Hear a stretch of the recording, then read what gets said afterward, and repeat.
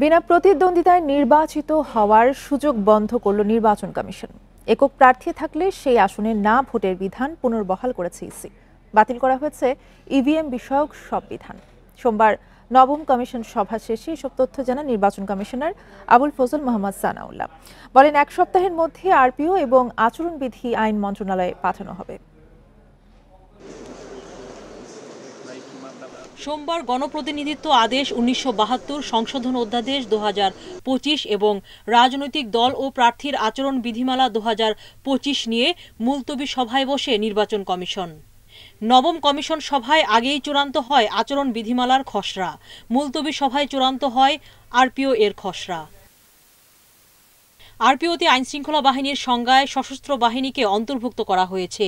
ফলে ইসি চাইলে সেনা, নৌ ও বিমান বাহিনীকে নির্বাচনে মোতায়েন করতে পারবে। আইন প্রয়োগকারী সংস্থা যে ডেফিনেশন আছে সেই ডেফিনেশনে সেনা, নৌ এবং বিমান বাহিনী সহ বাংলাদেশ কোস্ট গার্ডকে শামিল করা হয়েছে।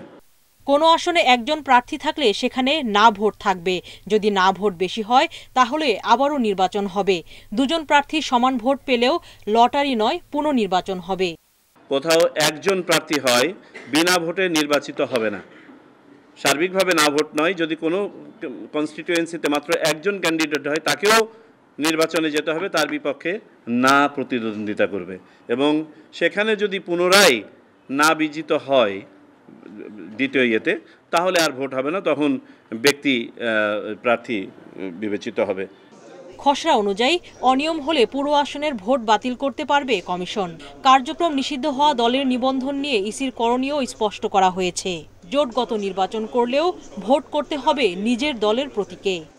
নির্বাচন কমিশন অবস্থা বুঝে নির্বাচন স্থগিত করা, এক বা একাধিক বা সমস্ত কনস্টিটিউয়েন্সির একইভাবে ফলাফল, এক বা একাধিক বা সমস্ত কনস্টিটিউয়েন্সির ফলাফল বাতিল করতে পারবে।